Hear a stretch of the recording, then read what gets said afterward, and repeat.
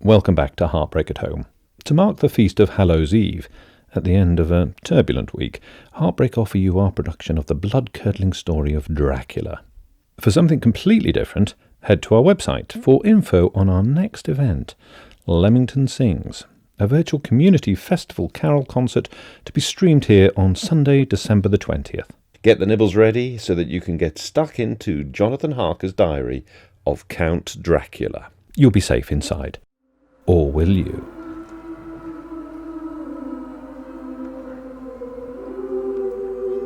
Mr. D, the Journal of Jonathan Harker, 1847, and there are some newspaper cuttings and other documents too. And Mr. Harker especially requested that he be buried with some garlic and some guns. What? Isn't this wonderful? Can I have some decorum, please? Certainly, Mr. D. Where do we keep them? Where do we keep what? The decorums. What I mean is, can we have some civilised behaviour? Yes, Mr. D. Sorry, Mr. D. Sorry. This is Lily, an employee of Drake Smith and Graveston. Services to the dead since 1822. And of the London General Mourning Warehouse. And is in charge of funeral apparel and accessories. Good evening, ladies and gentlemen. Hand me the journal, I'll begin to read the entries. With all due respect, Mr. D, won't you think that becomes a bit boring after a while? Not that you are boring, of course. No. No. No. It's just that it is rather a thick journal and may take some time to read. Perhaps there might be a more entertaining way we could do this. How about acting it out, Mr. D? You've done some amateur dramatics, haven't you? Well, yeah. My Hamlet has been compared to Irving. Oh, impressive. Who? Herbert Irving, the butcher on Charlotte Street. There may come a time, Stephen, where it'll be illegal for me to do this. But in the meantime... Oh, please, Mr. D, please. Oh, very well. You may ask the mourners to help. Oh, brilliant. I would like to be Jonathan Harker. And I would like to play his wife. And I'd like to be someone really intelligent. It has got to be believable, Stephen. And I'd like to be a beautiful heroine. But who's going to play the evil character?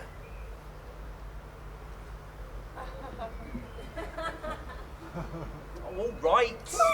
You may start the story, Lily, before you explode. Thank you, Mr. D. Ladies and gentlemen, welcome officially to the beginning of the memorial service. We will start by singing Onward Christian Soldiers, which is in your order of service. Please feel free to join in. Onward, Christian soldiers, marching as to war, with the cross of Jesus going on before. Glory, Lord, and honor unto Christ the King. This through countless ages, men and angels sing. Onward, Christian soldiers, marching as to war, with the cross of Jesus going on before. Wonderful. The choir.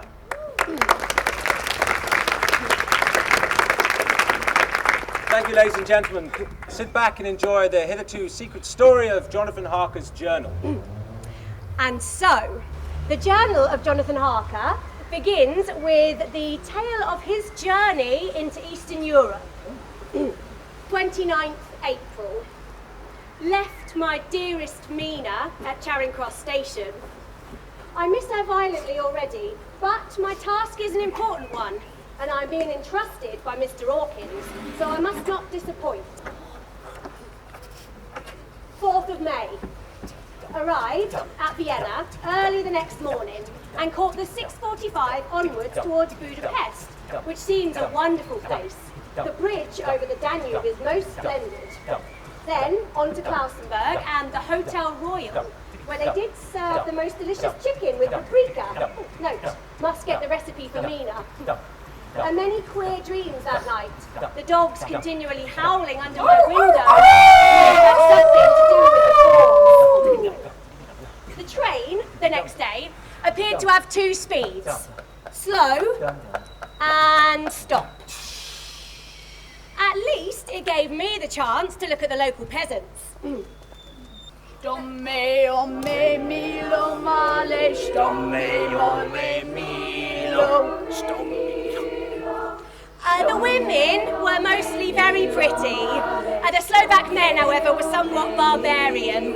High boots and overgrown moustaches. And the Slovaks, not the women. Then on to Biarritz and the Golden Crown Hotel, where an old man had a letter for me.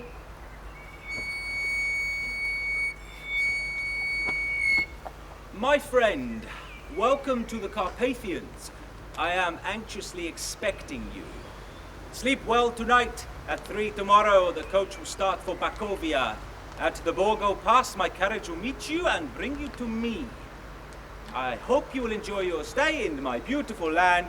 Your friend, Count Dracula. The old man then pretended he couldn't understand my admittedly sketchy German, though conversely he understood it perfectly before the letter. When I asked he and his wife if they knew the Count, they both crossed themselves and refused to speak further. The next day, the coach flew over the road and its late lying snow. The coach flew over the road and its late lying snow. Again, as we rode, I saw many local peasants crossing themselves as we passed. When we arrived early at the rendezvous point, the others in my carriage also began to cross themselves. I found this somewhat strange. Then the driver turned to me and, in worse German than my own, said, He is not here. You will come on business to Bukovina and Switzerland after many days. Not here. See, perhaps we are a little early. Perhaps you are. Give me the air luggage quickly. Well, thank you for the safe journey and good luck to you all.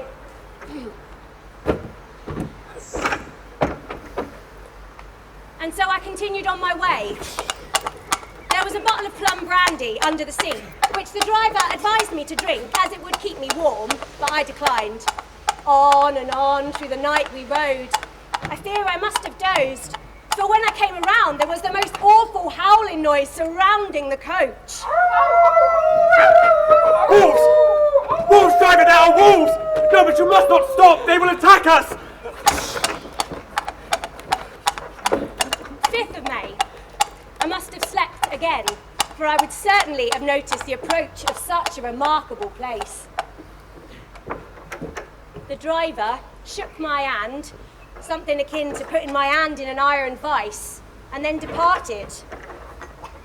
I stood here, outside this enormous castle, perched here on top of the steepest rock formation I could ever imagine. Of bell or knocker, there was no sign. And through the frowning walls and dark window openings, it was not likely that my voice could penetrate. What sort of a place had I come to, that I should be left alone in the death of night time? Welcome, my friend Jonathan Harker. Come and go freely, and leave something of the happiness you bring. Count Dracula. I am Count Dracula. Come, the night air is chill, and let me take you to your room. Oh, please And no. I insist, you must relax, and my people are not here to help at the moment. Come. Your room. Rest. After your long journey.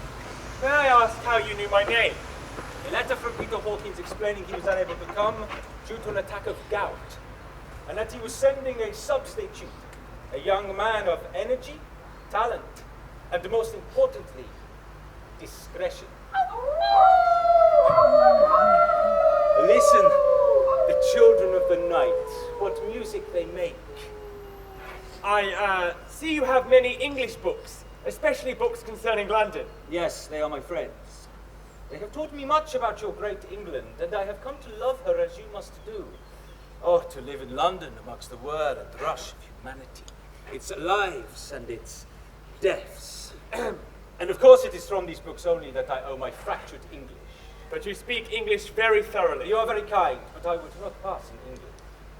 Therefore, you will, I trust, Rest with me a while so that by talking I may learn something of the English intonation. Perhaps for a short. It would be very appreciated. Yes. Yes, of course. You may go anywhere you wish in the castle, except in the rooms that are locked. They are locked for a reason. This is Transylvania, my friend, not England. You would have already seen things you would consider strange. Well, some of the townsfolk were The informing peasants me. are fools and cowards. Heed them not. Come, tell me of London and of the house you have procured for me.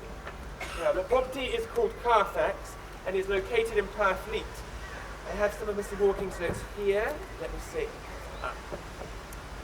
On a by-road, I came across such a place as seemed to be required by Count Dracula, and where there was displayed a dilapidated notice that the place was for sale. It is surrounded by a high wall of ancient structure, is built of heavy stones, has its own chapel, and has not been repaired in a number of years. I presume, Count, that you possess an interest in the renovation of old buildings. Nah, not exactly. I am old, my friend Jonathan Harker, and seek not the bright voluptuousness of sunshine and modernity which please the young and gay. My heart is not attuned to mirth, merely to mourning. I understand. I doubt that you do. But I must not stay my welcome. You are tired and in need of life-preserving sleep. But it is nearly the morning. Indeed. I will arrange breakfast to be served when you are awake, and will of course visit you again tomorrow. Good night, my friend. Oh, this next part is my part, ladies and gentlemen. So, we find ourselves at a house in London with a beautiful young heroine named Lucy and a very charming man named Arthur. Darling Arthur, you have made my heart flutter like a butterfly. I am so pleased, my dearest Lucy, as long as the butterfly never flies away. Never, my darling. You have made me so tremendously happy, but as I am a man, I must not show it. May I say that you are failing wonderfully? Just think, I am to become Mrs. Arthur Seward, the wife of one of the most eminent doctors of psychology in the country. Maybe in a few years, my dear, I'm a little young to be eminent. Well, in my eyes, you are. Thank you. Now, you know I have to return to work at the asylum tomorrow, and you want to leave London to meet Mina in Whitby. So, may I take the world's most beautiful woman out for dinner this evening? No, but you may take me. Wasn't that romantic, Mr. D? Mr. D? Oh, ladies and gentlemen, it looks like it's down to me to continue the narration of the journal. Here we are. Jonathan Harker's rooms, Castle Dracula. And so, my breakfast was served, complete to the point of lavishness, though how he knew when I was to awake is beyond my knowledge, for the coffee was steaming hot. But of the Count, or anyone, there was no sign. However, he returned to my rooms the following evening after dark, and this was repeated for the next 3 days. He would talk endlessly on any topic, but always returned to his favourite subject of London. During this time, I saw no one else. There is something so strange about this place that I cannot help but feel uneasy. Oh, let me be prosaic as far as the facts are concerned. It will help me to bear up and stop my imagination running riot with me. If it does, I am lost. On the 3rd day, a most unusual and disturbing incident occurred. I realised I had not shaved for 2 days, and so proceeded to do so. Good evening. Good evening. I did not know you had entered. Do excuse me, I appear to have cut myself. Of course. You must wipe it clean. Be careful not to cut yourself again, Jonathan. Why?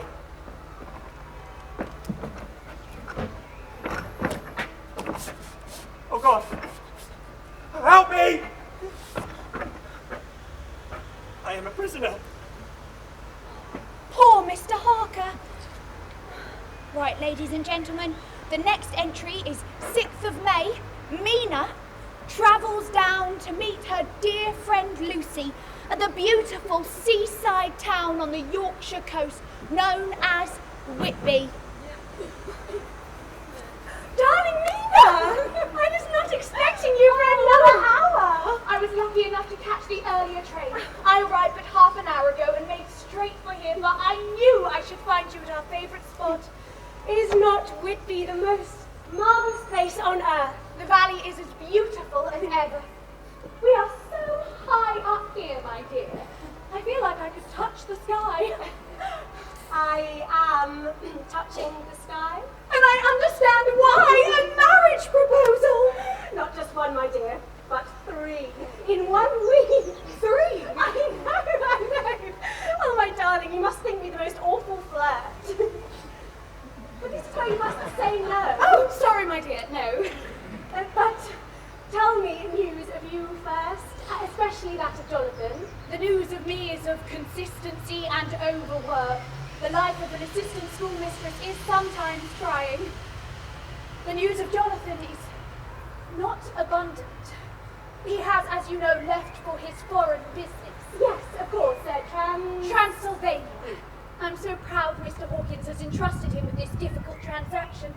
However, I have had but one letter from him since the day on which he kissed me goodbye. Gentlemen never write. We correspond every day when we are apart. I think that he has had a long journey and is now too busy to put pen to paper. I am sure you are right, my dear.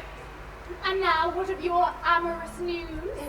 Mina, I had so many marriage proposals I was simply exhausted and had to retire to my bed. Never prone to exaggeration. Of course, the first 2 are an irrelevance now.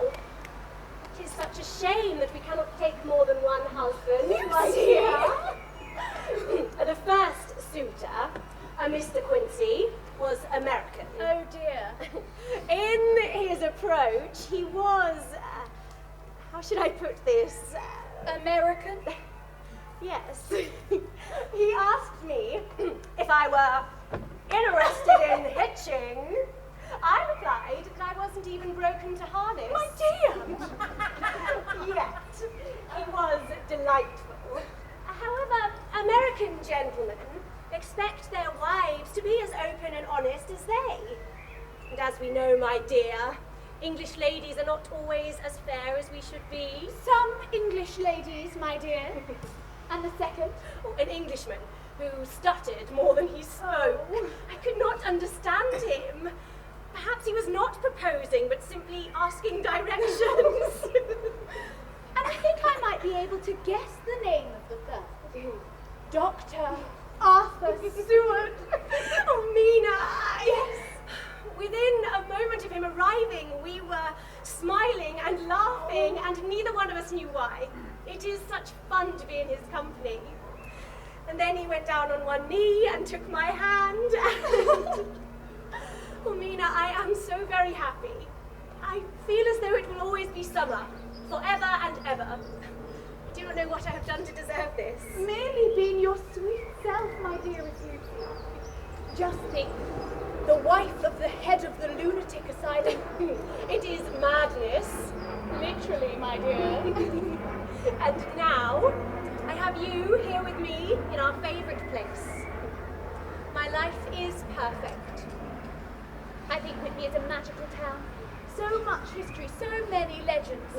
Good afternoon. How are you? We were just talking of the legends of Whitby. That'd be fair talk. You like stack barreling notes, these bands and waffs and bogos and bogies. All I meant, Emma's only a fit to set the barons of Eldering.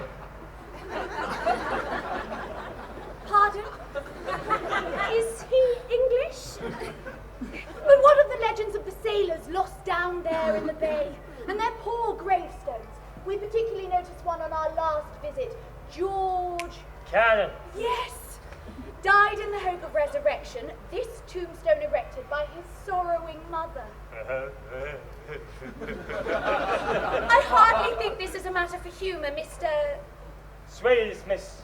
But you not be knowing that his mother was a hellcat who hated him because he was so awkward, and he hated her so much that he committed suicide so that she mightn't put an insurance policy that she put in his life. I've been around here for years. I know most things. Oh, I best be off. My service to you ladies. What a very odd man. What was he saying? I have no idea. Come, my dear, let us get some tea before we lose the sun. Oh, yes, let's. Give me a hand coffin for the next tea. Yes, Mr. D. Of course, Mr. D. Just think, 3 marriage proposals in 1 week. She must have been very pretty. I'm sure if you ask some of the older members of the townsfolk, they'll tell you that young ladies often had several suitors in those days, Stephen. People fell in love with monotonous regularity. A man would usually require a wife as a status symbol. The love aspect was often an unexpected bonus. You'll be married one day, lad. Not yet, Mr. D. I want to live first. Here, the big Queen Victoria did not sue us. Is there suitors, Stephen? As I'm sure she did. She was very beautiful when she was young, but she only had eyes for Prince Albert. Any other advances would have been politely rejected, probably before she even knew about them. I was thinking. I will sit down. I was thinking that it was weird that Jonathan didn't see the Count when he came into his room when he was shaving. You're thinking to see him in the mirror. Perhaps, Stephen, the Count's reflection did not appear in the mirror. But how? Why don't you read on? We may find out. May 12th, when the conviction had come to me that I was helpless, I sat down quietly as I'd ever done in my life, and began to think over what was best to be done. The only thing of which I was certain is that I must keep from him my knowledge that I am a prisoner. I shall need my brains to get through this and to learn more about him, so that I may. Oh, I see you are still working. Yes, I am. You must rest occasionally. I will do so now. What is in your bag? May I have a look? What do you want, sir? I want some letters. Let me see. Who is this? She is my fiancée. I did not know you had a fiancée. She is indeed very beautiful. Yes, she is. Yes. So tell me, Count, of what tribe are you? I am Sakeli, the proudest and bravest of the races. We fought off the Ugric and the Huns, the Magyars and the Bulgars. We are a conquering people, and the Draculas have always been among the most famous of her sons. By we, do you mean the Dracula family? Of course. Are there many of you? We fought off the Hungarian yoke, crossed into Turkey land, and saved our borders. We fought to the limits that the Habsburgs and Romanovs could never dream of reaching. It is a fine history. Fine. Yes, the English are famed for their understatement. But enough. I need to prise open your legal brain, if you would so allow. What manner of questions do you have in mind? Several. Firstly, may a man in your country have 2 solicitors? He may have a dozen if he so wish. A dozen? Yes, why? Let me explain. In Exeter, I have yourself and Mr. Hawkins. You have dealt expediently with my property. But say I have affairs in shipping goods to Newcastle or Harwick. Could I instruct the local solicitor to deal with such transactions? But of course, that would be very sensible. Good, good. Have you written to Mr. Hawkins or any other since your first letter? No, for I have seen no opportunity for sending letters. Then you must write now, my young friend. Tell them you are happy to be staying with me until a month from now. A month? I will take no refusal. I shall leave these letters of mine here. When you have finished writing, put them together and I shall arrange for their posting. Count, may I post them? That is impossible. Why is it impossible? Could I not at least accompany you to post the letters? Some exercise would be of great benefit. My dear Jonathan, please remain in this room. I should not wish any harm to come to you. You are very important to me. And so I wrote to Mr. Hawkins, giving nothing away of my fears, for I was certain that the Count would read my letters. To Mina, however, I wrote in shorthand which would evade his understanding. When I had finished, I put them together with his letters. Of course, curiosity got the better of me, and I picked them up to check their destinations. Samuel Billington Whitby, Herr Lieutenant Varner, Herren Klopstock Budapest. These are the letters, all finished. Excellent. I hope you will forgive me, my friend, but I shall be away for a short time. I must warn you not to venture from your chambers, and most specifically, not to sleep in any other rooms whilst I am absent. Good night. Yes, good night. And so I am alone. And even more do I feel the need for fresh, crisp air on my face. This nocturnal life is destroying my nerve. The physical shadows become my own mental ones. And so I move to the window, at least to view the pale yellow moon and the welcome of the melting distant hills. And then, something grabbed my attention. Coming from a window further down the castle, a head emerged, and then a full body, and I still cannot believe my own hand as I write this. The Count began to crawl down the outside of the building, face first, his cloak spreading out behind him. Come, my little minions! Come to me! Come and swarm through the castle! Swarm, my little ones! And now I want you to go away. Go away into the night! Go! That must be his room, but there must surely be a key to get me out of this place.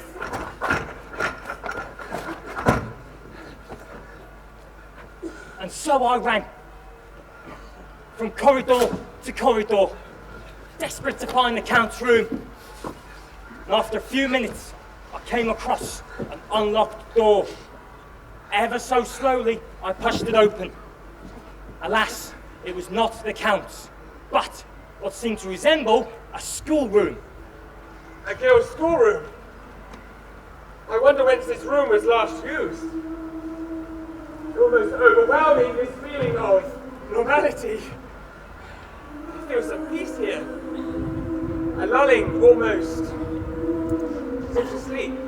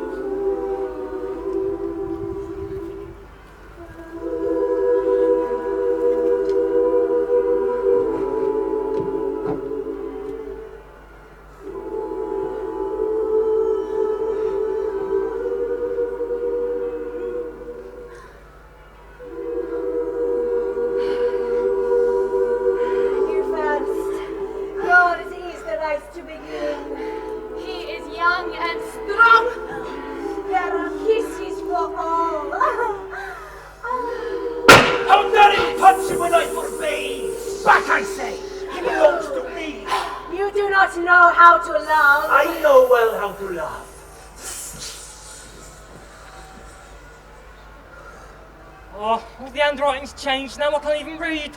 Okay, thanks, Stephen, think. Right, so I'm Dr. Stewart, who's playing him? Me! Right, okay. Mr. Renfield in cell 2 at Purfleet Asylum in London. What's perhaps your favourite today, Renfield? You made me kill the flies. No, I asked you to dispose of them. There were too many, and you were eating them. This was unacceptable behaviour. No! They gave me life. Strong life. They were wholesome. How? You would not understand. That is why I ask.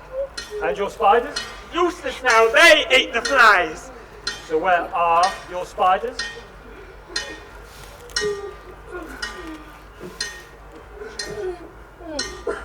he ate them. You've claimed a sparrow. Why do you sound so surprised? It is unusual, that is all. It takes a great talent. Thank you. I beg you, Dr. Seward. Please, may I have a kitten? I must have a kitten. I am sorry, it's impossible at this time. Anyway, when sure your kid would kill your sparrow, we can discuss this at a later date, perhaps. Would that be agreeable?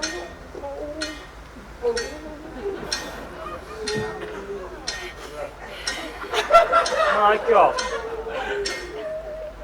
Oh, that's the end of the diary entry, but that doesn't make any sense. Why would you want a cat? The next entry is just here. See where the handwriting changes back to Mr. Harker's? Yes. So we are in Castle Dracula and back in the room where Jonathan was left. I awoke in my own bed. I remember nothing of arriving here. Therefore, I can only surmise that I fell into a faint and that the Count carried me back here. First he imprisons me, then he saves me. Good evening, my friend. I trust you are well. Yes. Apart from a strange dream that I had. Dreams are the purging of the soul, and they're not to be lingered over. I want you to do something for me. I want you to write 3 letters. One saying that your work here is nearly done. One stating that you will be leaving the next morning, and the final letter to say you have left the castle and have arrived at its Ritz. May I ask why? The posts here are infrequent. It will ensure a peace of mind for your friends. I see. What dates should these be? The first should be June the 12th, second June 19, and the third June 29. This is a peculiar request. No, my friend, merely a request. I am unsure as to your motives, Count. There are no motives. And so I wrote the letters. Later that evening, while I chanced to be at the window, I spied the Count, leaving his room by the same method as before, crawling down the wall, clutching my letters and, to my horror, wearing the suit that I had arrived in. And so he intends to impersonate me. The detail in his plans bears no comparison. Later that evening, as I settled to try to sleep, there was a large commotion in the courtyard. I ran to my window and spied a crowd of Zagani, the gypsy folk. Here was my chance to reach Mina.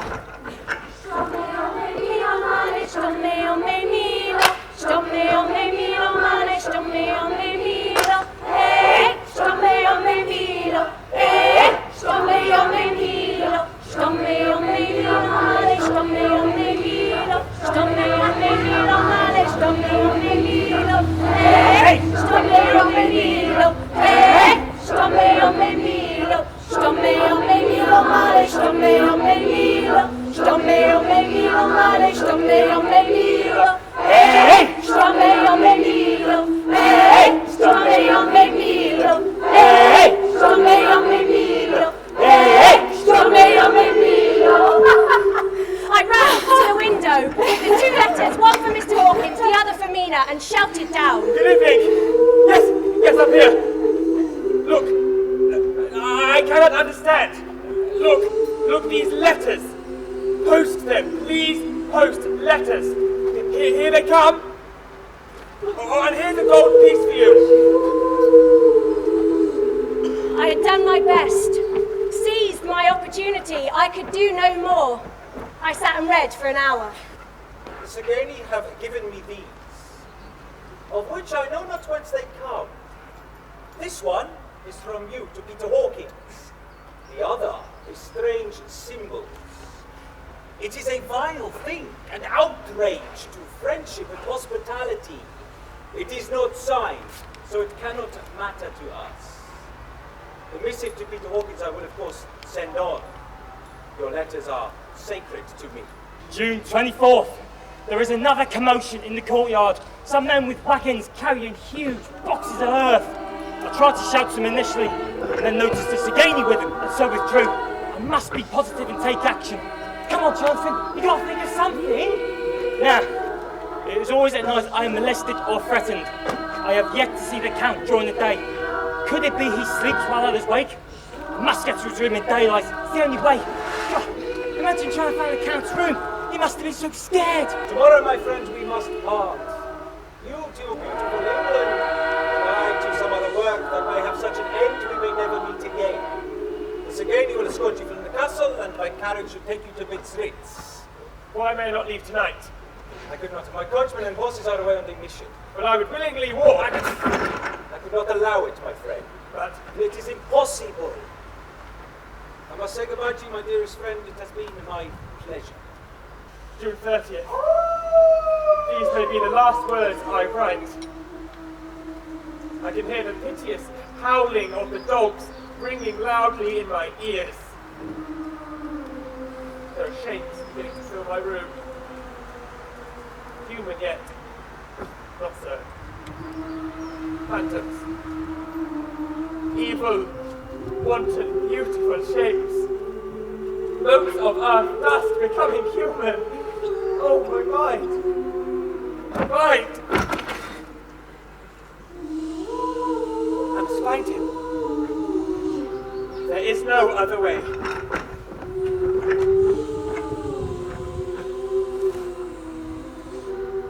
No!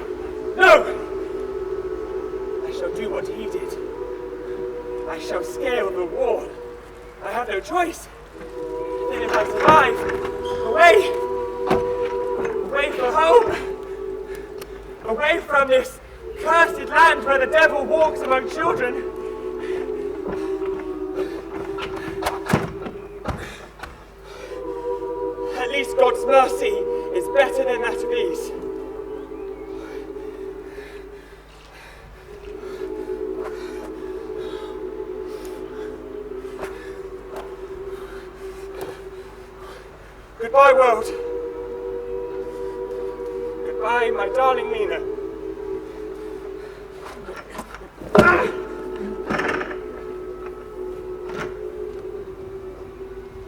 7th of August, Whitby. Did you sleep well last night, my dear? A little fractured. You were sleepwalking again. Was I? Yes, my dear, 4 times. The first 2 woke me, for, as you know, I sleep rather lightly, and then I vowed to keep awake in case it should happen again. My dear, I am so sorry. What did I do? Did I dance? No. Twice you attempted to leave our room by the door. The other 2 times you opened the window, on the second occasion shouting, "Come," as you did so. Oh, yes. I thought I was dreaming. I wonder whom I was addressing. Arthur, I should imagine. But, my dear, I am so sorry to have woken you. I am a little concerned as to the cause for this sleepwalking, my dear. What possible cause could there be? I am awfully happy. I have never slept-walked before. I know I speak in my sleep sometimes. I think gentlemen should only talk in their sleep, and that way we could legitimately ignore them. You are very beautiful when you are asleep. Almost angelic. Thank you. Perhaps gentlemen and ladies should see each other asleep before they propose. How modern, my dear. Who knows, maybe one day it will be us doing the proposing. Well, we should be much better at it. My dear Miss Nina, would you do me the honour of doing what you are told for the rest of your life? Did the second post arrive? Yes. And? A letter from Mr. Hawkins stating that Jonathan is starting for home. Nina, what wonderful news! Yes, but why no letter to me? Why no word for so long? There will be a reason, and if it were bad news, you would have heard. Yes. And he is in a country far away where the postal system may not be as reliable and regular as our own. Afternoon. afternoon, my dearies. I need to talk to you briefly. I must say sorry. But you have nothing to be sorry for. Oh, but I do. I'm afraid, my dearies, I may have shocked you by all the wicked things I'd be saying about the dead, and I didn't mean them, really, and please remember that when I'm gone. When you were gone. 7 days soon, the angel of death will sound his trumpet for me. For many of us. You cannot know that, Mr. Swales. Oh, but I do, lassie, I do. You see that ship out there? Tossing and turning? Can't make her out. Russian, I think. Going about it the queeriest way. And you best be getting home. There's a storm coming. Poor man. It is turning rather chilly though. Home, an early night, and no dreaming. Yes, Miss Schoolmistress. Ah, this is interesting. Mr. Harker has pasted a newspaper clipping into his journal. The 8th of August, the Daily Graph. One of the greatest and suddenest storms on record has just been experienced here, with results both strange and unique. It began with every sunset colour, flame, purple, pink, green, and then, out of nowhere, nature was convulsed. Waves rose in growing fury. The wind roared like thunder. Sea fog fell inland in the most ghostly fashion. Lightning cut the sky whilst peals of thunder left it trembling. No ship could have survived this onslaught from hell, yet incredibly one did. The Russian schooner, the Demeter, noticed earlier that evening, miraculously rushed at headlong speed towards the piers and gained the safety of the harbour. A searchlight followed, and a shudder ran through all that were witness, for, lashed to the helm, was a corpse. With a set of beads and a crucifix between his hand and the wood, he, it turns out, was the only person on board. Strangest of all, though, the very instant the shore was touched, an immense dog sprang up on deck from below, jumped the bow onto the sand, and made straight for the steep hill and the churchyard. The dog has hence never been seen again. Can I see that, James? Yep, there it is, black and white. God, that is incredible. Oh, see? No wonder you read that so well, James. That's all in printing. I had to read Mr. Harker's handwriting. I can't even do joined up. What thoughts or handwriting, Stephen? Tell you what, though, I thought Mr. D was a very good dog. He looked like he was really enjoying playing the role, didn't he? Must have been barking to do that one. What sort of dog do you think he was? Don't know, really. I'll have a think. Excuse me, miss. What type of dog do you think he was? What, sorry? Nah. What about you there, miss? What do you think was? Alsatian? Yeah, I'll buy that one. What about you, sir? You look like a good, wise man. What do you think? Yeah, that's it. I'd have that one. Good, wasn't it? Oh.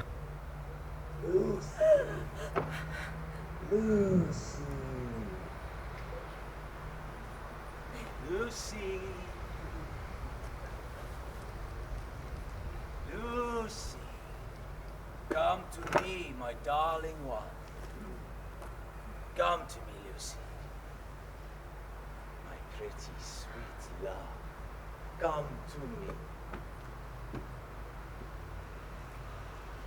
So beautiful, so pure.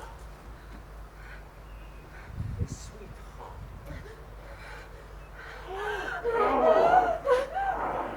Lucy! Lucy! Lucy! Lucy, my dear! Lucy! Oh. Lucy, look at me. Please, please, please, wake up. Nina! Lucy, my darling. What happened? You sleepwalked again. Where are we? In the graveyard. Graveyard? I don't remember. Are you all right? Yes, I think so. Your throat. What? There is blood. Did you pin your scarf earlier today? Yes. You must have done it then. Come, my dear. Let us get you back home. Yes. Thank you. And Mina. Yes. Please, no word to anyone. Of course. 19th of August, back at Purfleet Asylum in cell 2 with Mr. Renfield and Dr. Stewart.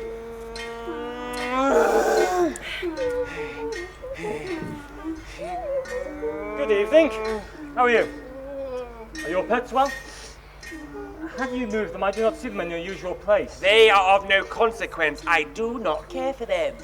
You do not care about your spiders? I do not want to talk to you. You do not count now. The master is at hand. The master? You are not fit to speak his name. You are nothing. He is coming. Your power is minuscule in the light of his. The bride maidens rejoice the eyes that wait the coming of the bride. But when the bride draweth nigh, then the maidens look not to the eyes that are filled. I did not know that passage from the Bible. The Bible. What was that? Oh, it appears to be some large boxes being delivered to the derelict house. What's his name? Carfax. I am here to do your bidding, master. I am your slave. You will reward me. I have been faithful. I have worshipped you for long and from far away. Now that you are near, I await your command. You will not pass me by, will you, my dear master? Please! You need not restrain me. I shall be patient. Master is coming. That's enough. Take him to the isolation unit.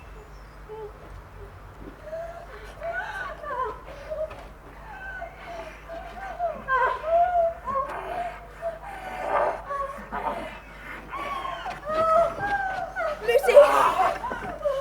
Lucy, are you all right?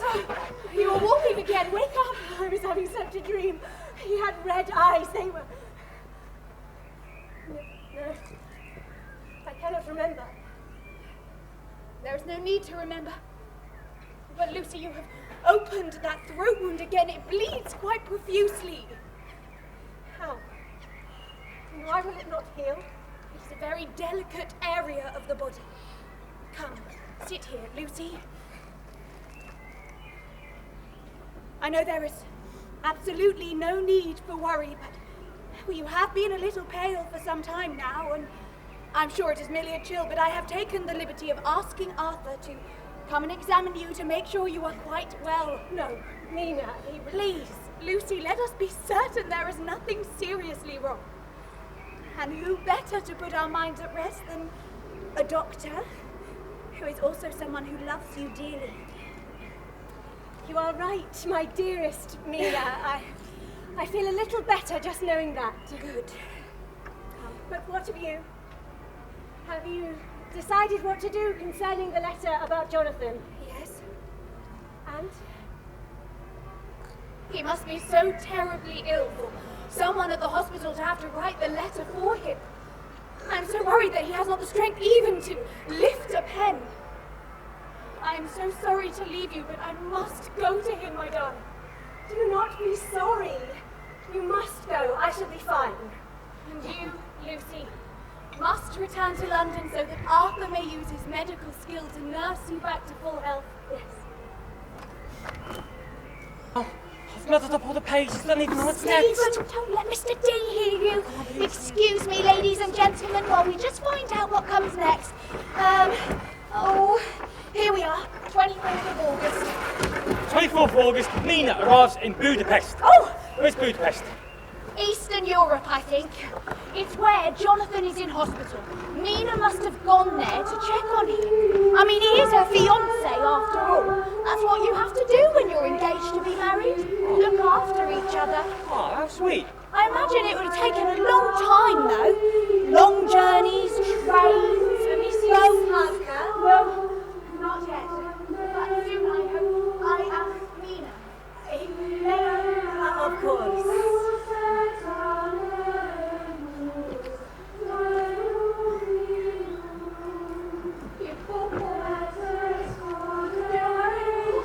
I am here with make you better, my love. Thank you so much for looking after him. It is our pleasure, Miss Mina. Can you tell me what is wrong with him? He Lord, I cannot say. He raved of dreadful things, but these must only be known to God. Please, sister, I am sorry. Jonathan.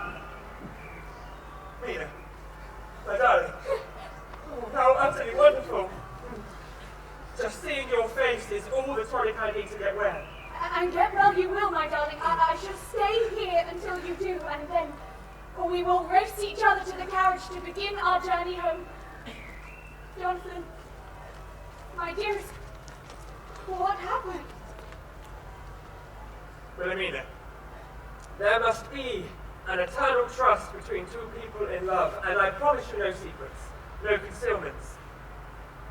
I have had a great shock, and my head spins against the turning of the earth to even think about it.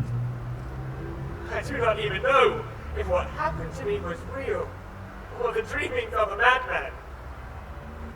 If a sane man have brain fever, does that leave him still sane?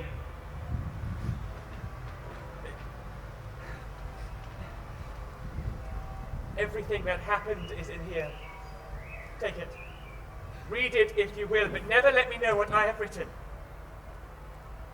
Okay. A ribbon to lock up the past and a new page for a fresh future. And now, something to unlock the future with me then. This is all I could think about during those black days.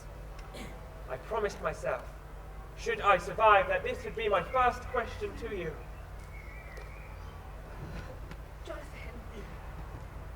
Mina, my darling, will you marry me? Yes! Yes, of course I will! I thought perhaps this afternoon. I cannot think of a better time. I am so happy you're You here. have made me the happiest woman in the world. You have my trust, my life and my love for the rest of our days. My darling, how do you feel this morning? Darling Arthur, you must not see me like this. I must look like a ghost in a horror novel. When I saw my reflection this morning, I was as wan and pale as a snowscape in December. A little pale, yet no more than if you had a bad chill. Now, my dear, I insist on treating you. Just think, fiancé and doctor. No, Arthur, it is not fair. Fairness is not important. Love is. I love you. And I you. So you must tell me exactly what is wrong, every tiny detail. Oh, I loathe to talk about myself. You're a woman, my darling, it's compulsory. Arthur, At least that book soon colours those beautiful cheeks. I am so tired, my dear. I feel as though all energy has left me and been swallowed into another world. And the dreams, such terror, such bending of reality, never a night that I do not wake gasping for breath. Am I anemic? No, I do not think you're anemic, and your dreams are just a subconscious fear. You always comfort me. But something is wrong, is it not? Possibly. However, I can see absolutely nothing, and you have said yourself there's been no deterioration in the last 4 days. True. Lucy, I have asked someone to visit you just so that I may have a second opinion. He is an old tutor, a wonderful man. If anyone can ascertain what is wrong, he can. I think you'll like him. His name is Professor Van Helsing. He's Dutch. He's English. Well, he will use the correct words, but not necessarily in the correct order. He is due to arrive at any minute. I cannot wait to meet him. He is a philosopher and metaphysician, and one of the most advanced scientists of the day, and he has one of the kindest and truest hearts that beat. He will find the cause of your fatigue. Have no fear. Now, where is this beautiful woman I am travelling from Amsterdam on your irregular stopping-starting English railways to see? In all seriously, my compartment had a seat that refused to be comfortable, a window that refused to open, and a clipper of tickets who had a face like a gorilla's bottom. Dr. Van Helsing. Arthur, my dear friend, how are you? It has been of too many months. Ah, and this will be your fiancée. She is indeed even more beautiful than you did state in your letter. And my dear, he did wax lyrical till all the world did wonder where its ink had gone. It is so nice to meet you, Professor Van Helsing. You are a tonic for any patient. Now, to your sleeping. It is bad, no? No, I mean, yes. It is indeed bad, like my English. So we must give you a little help to sleep, so your body may repair while you do so. Here, drink this, and there'll be no more dreams of shapes or shadows. What did happen when your dreams came, Miss Lucy? I can only half remember. Just long, anxious times of waiting. Darkness in which no hope could survive, like the earth without air, then oblivion, then from nothing, rising back to the surface like a diver through a press of water. Not tonight, though. Do not worry. No, I believe you. I have no fears with you both near. So, what do you think? No! What do you think, my friend? You were my student, you are here the master. You were excellent student, now excellent master. I do not know. There's no logical or physical explanation. She is not anemic. Quite correct. Yes? She is almost without blood. Yes. There's always an explanation, otherwise the world would not turn. But there may be deeper roots for its cause than we have knowledge of. She is so ghastly pale, the blood's even drained from her legs. My God! My God! What is it? How long ago those marks on her throat? I haven't seen her before. Stop. And there's no time to be lost. Oh, she'll die of sheer want of blood to the heart's action. We need transfusion. Now, is it to be you or me? Me, of course. I would give my last drop. I would die for her. That would not be necessary. Roll up your sleeve. Why did you react to the marks on her throat? Surely they're just cuts. Cuts? No. Cuts they are not. Then? When I am done here, I must return to my rooms in London. There are books which will confirm what I fear. Look. Already she is colouring. Good boy, you give her life back. But what now? She must rest. When I go, you drink some brandy, you eat, and you stay here with her. You must build your strength again as Miss Lucy. There. It is done. Rest, Arthur. Tomorrow, I return. Tomorrow. Here we are. London, September 1847. What can we do to make London? Hold on, dear. Oh, great. Can anyone tell me what landmark in London is this? Big Ben! What did someone say just over in that direction? Thank you very much. Well done, you. Try not to dwell on what has happened. Look at the trees and the sun bringing new life, announcing the future with its trumpet beams. Pity he cannot breathe life into Mr. Hawkins. I know, but he died happy. Did he? He died too young, that's all I know. He was happy, Jonathan. He had his friends and his firm, and he had you. He always referred to you as his son and heir, and now you are. You have inherited his business and his money. I do not wish to have his money, Mina. No, but he did. And I am not old enough to run a business. You must be, or he would not have given it to you. I do not know what I want. Of course you do not. Not now, but you will. You have had the most dreadful time, my dear husband. All those awful things we think happened to you abroad, and now the death of Mr. Hawkins. But the funeral is over. When you have fully recovered your strength, it will be time for life to blossom again. You have done what a real son would have done. You have carried out his wishes and buried him in London next to his father, and he knows you loved him. Come, Jonathan. Let us walk through Hyde Park. Oh God! What is it?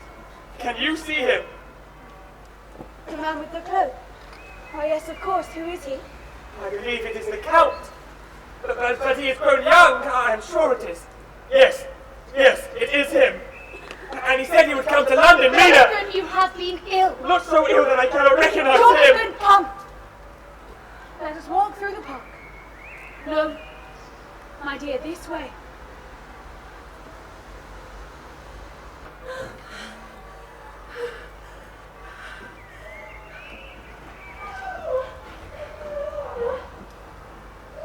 Cool!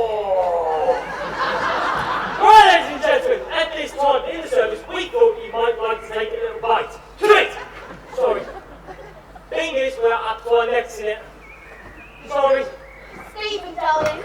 Yes. Your oratory is rather poor. There's nothing wrong with my eyesight. And so is your vocabulary. I was trying. Yes, dear, very.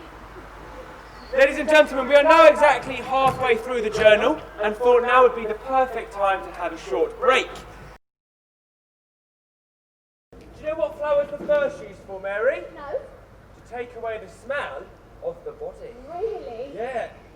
Often, there would be a long period of time between the death and the funeral, so they would need to close the lid of the casket, drape flowers on it, so the smell would not offend the mourners. Because we forget it's just the shell that's left, isn't it, James? The real person, the soul, has gone home. Yeah, that was beautifully put, Mary. You know, when I first thought about working in this profession, I imagined it would be rather morbid. But it's not like that at all, is it? No, because we're helping people, providing the means for the bereaved to say, till we meet again. Even the little details like helping them to choose a coffin or showing them how to lay out the body. Yes, James. We are helping. We better resume the service. Yeah, I suppose we had. Ladies and gentlemen, if you could now please turn to page 2, we will be singing the hymn, Fight the Good Fight. Fight the good fight with all thy might. Christ is thy strength and Christ thy right. Lay hold on life and it shall be thy joy and crown eternally. Faint not nor fear, his arms are near. He changeth not, and thou art dear. Only believe, and thou shalt see that Christ is all in all to thee. Lucy's bedroom, seconds after Dracula's attack. My God! My God! Lucy, what is it, Professor? The marks. It has returned. What? Wafer? Yes, wafer, my friend.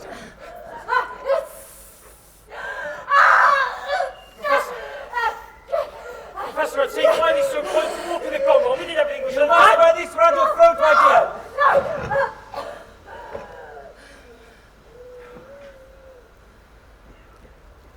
My God. What? The marks. They're gone.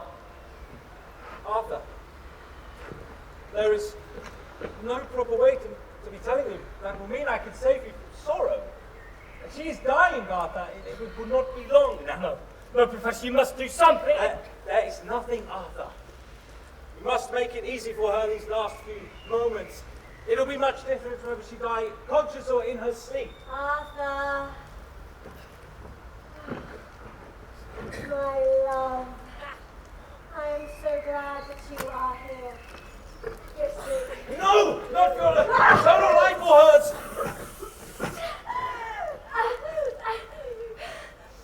Professor Van Helsing, my true friend, and Arthur's. Oh God, my Arthur, and give him peace. I swear it. Now come, my son. Take her hand in yours and kiss her only once on the forehead. I love you. I love you so much. Please, don't leave me, Lucy, please. Yes, you must be crying, my friend. It clears the air like the rain. It is the end. Oh no, it is only the beginning. What do you think the professor meant by it is only the beginning? I don't know. It doesn't seem to say it in Mr. Harker's notes. There must be a clue here somewhere. Because if Lucy was dead, then it was the end, surely. Here we are. Westminster Gazette, 25th of September. The neighbourhood of Hampstead is at present mystified by a series of events unparalleled in London's history. During the past 3 days, several young children have neglected to return home from playing on the heath. A tissue! A tissue! We all fall down!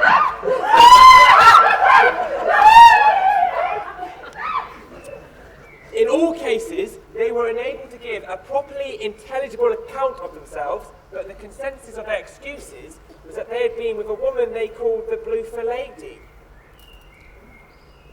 It has always been in the late evening that the children have been missed, some of them not returning until the following morning and appearing weak and emaciated. Most worryingly, all with slight wounds to the throat, as though attacked by a rat. Whoa. That is worrying. That's scary. What does the journal say next? 26th of September, Dr. Seward's rooms, Purfleet Asylum. Arthur, my dear friend, how do I find you this afternoon? Little better. A week made you a small amount down at the loss. You are strong, Arthur, and you will need me too. I am meeting with your friend Madam Mina Harker yesterday, as you did suggest. You are a wonderfully intelligent boy, and as always, in the correctness in your assumption. She did have information which will help us, not just for our dearest Lucy, but about her husband, Mr. Jonathan Harker. Jonathan? Yes, yes. I am being like detective, piecing hundreds of evidences together like jigsaw puzzle. But some pieces not in box, fallen behind armchair cushion, chewed by baby. But find them we will, and then we will see a picture never to be beheld by eyes of humankind. Professor, I do not understand. No, now, no. But it is you, Arthur, who needs to be helping me. Now, I am. Mr. and Mrs. Harker will be arriving shortly, and we must, in our confidences, welcome them. It will be invaluable. As indeed you are to my English. So you think there is a connection between Lucy and Jonathan's illness? A connection between the causes, yes. But Jonathan was hundreds of miles away. Mina, Jonathan. Dear Arthur, we were so sorry to hear about Lucy. Delightful to meet you again, Madam Mina. And wonderful to see you too, Professor. And this is Mr. Jonathan Harker. Mr. Jonathan Harker, it is beyond privilege to meet with the man of bravest character. It is an honour, sir, and a pleasure to meet you. Sit! Oh, we must not throw away the minutes, for we cannot return to retrieve them. All that we could, then life would be perfect for those who are good, and all the worse for people who have evil in their minds. Madam Mina, you show brave and brain and beauty. That is awfully kind of you, Professor, but I'm sure I only did what you asked of me. And with that you show brave and brain. The beauty we see. Now, I've read the diary of your dear husband. Oh, darling, you did not mind. I thought it would be Of a course help. not, Mina. I would always trust your judgment, and the Professor was kind enough to attend Lucy. I have one thing to say about your journal, Jonathan. Strange and terrible though it is the truth. I pledge my life on it. Professor, you do not jest. I never jest. I am Dutch. Mina. Darling. My new friend, Jonathan Harker. I was told that you were ill and did require a stick for to walk. I see neither now. I was ill. My leg has taken some time to heal, but you have cured my psychological state with one sentence. Arthur, 1,000 thanks for introducing me to this wonderful man. It is more than a pleasure, Jonathan. He has guided me for many years now. You have guided yourself. I just take bottom and wrong direction you are heading in. Now, I have solemn and serious matters to be announcing. I have read the diary, as I say, and I read the letters from our dearest Lucy to Madam Mina, and like with inseparable glue they come together. And this glue can thus be described by 2 words, Count Dracula. Then it was him I saw in London. Oh yes. And now I must be asking of the help from all assembled in this room. Of course, whatever I can do, I shall. You have my help for any task. Now that I know, I am not afraid. Even of meeting the Count again, you are the man to hunt him down, sir. Arthur? I will always follow you, Professor, but I do not understand this link between Dracula and the death of my dearest Lucy.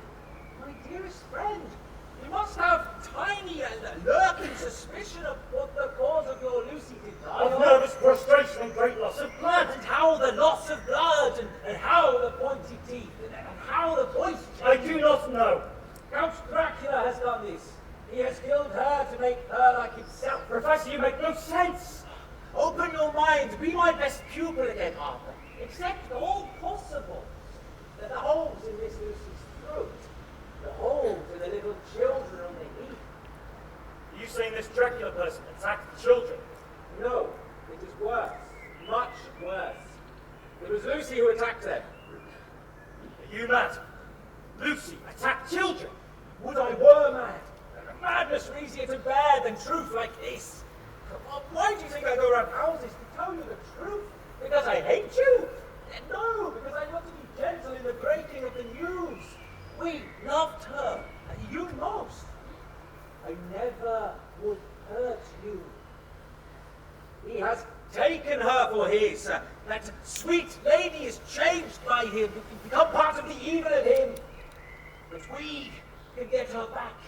Let her be herself in death again and a place in heaven. I do not expect you to believe, my dearest friend, but prove it to you I must. Tonight I go to church after Miss Lucy buried, and I prove. Will you come? Yes, I will. My good boy. Madam Mina, Jonathan, we are a team now. So, I visit the patient of Arthur, where I have suspicion which may provide piece of jigsaw and the cushion of armchair. And so, Mina and I spent an afternoon and evening in continuous conversation of the enormity of what had happened and what may yet happen. And as we talked and walked, Mina told me that the colour and peace of a red sunset entered my face for the first time since my return from Transylvania. Meanwhile, Arthur and the Professor went to hunt beneath the armchair cushion. 26th September, Purfleet Asylum, Isolation Cell, Renfield. Renfield, I've brought a colleague with me today. I hope you do not mind. Not at all. It is an honor, Professor Van Helsing. Oh, how did you know? I did not introduce you. Dr. Seward. Your friend has revolutionized therapeutics with his discovery of the continuous evolution of brain matter. Thank you. That is of the most kind. I'm pleased to meet you. You're lucky you came now. I must go home. Go home? Yes. I would like to go home, please. Dr. Seward is loved not only by his household and friends, but also by his patients who, being hardly in mental equilibrium, are apt to distort causes and effects. Since I myself have been an inmate to a lunatic asylum, I cannot but help notice the sophistic tendencies of some of its other inmates lean towards the errors of non cause and ignoratio elenchi. Will you let me go home, please? I will consider it in due course. Not in due course. Now, please. This very hour. Why? I am not at liberty to give you the reasons. Come, perhaps if you could furnish us with the reasons for your deport, that Dr. Seward would be considering changing his mind. I implore you, Dr. Seward, to release me from this place at once. Send me however you will. Send keepers with me. Let me be in a strait waistcoat. I am speaking from the depths of my heart. I'm not a madman in a fit. Please, let me leave, please. You know that is not possible. Come, no more of this. Lie on your bed. You do not look out towards Carfax now, and you don't longer speak of your master. Has he gone away? Did he not like you eating the flies and spiders? I see. We shall leave you now, and I will return tomorrow.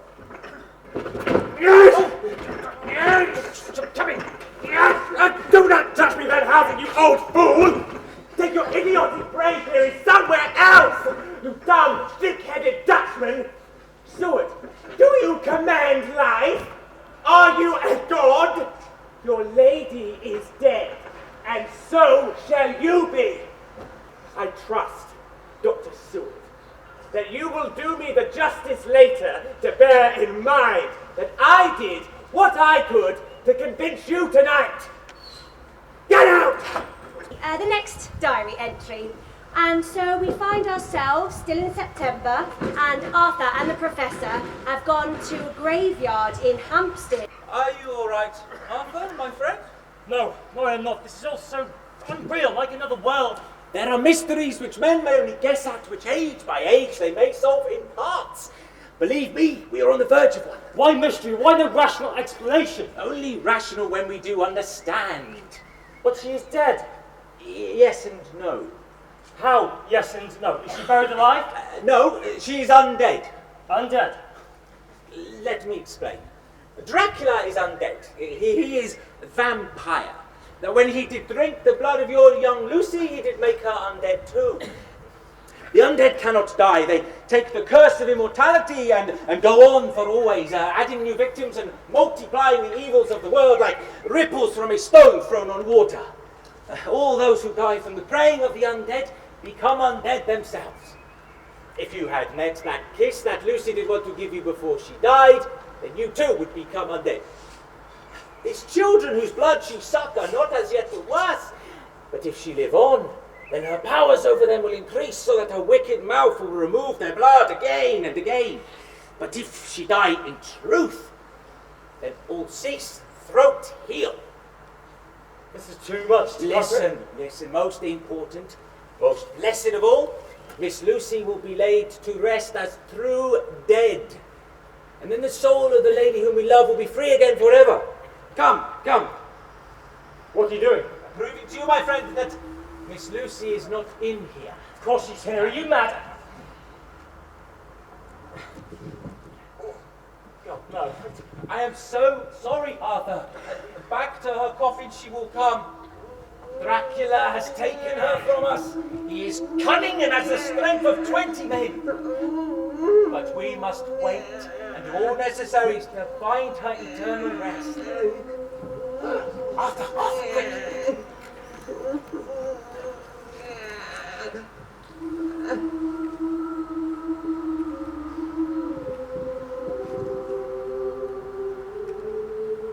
Arthur. Surely not. Come to me, my dearest.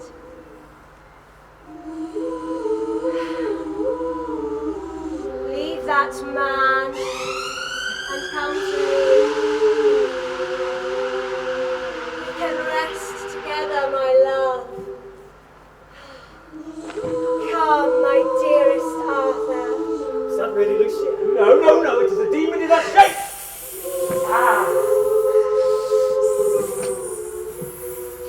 Arthur, answer me.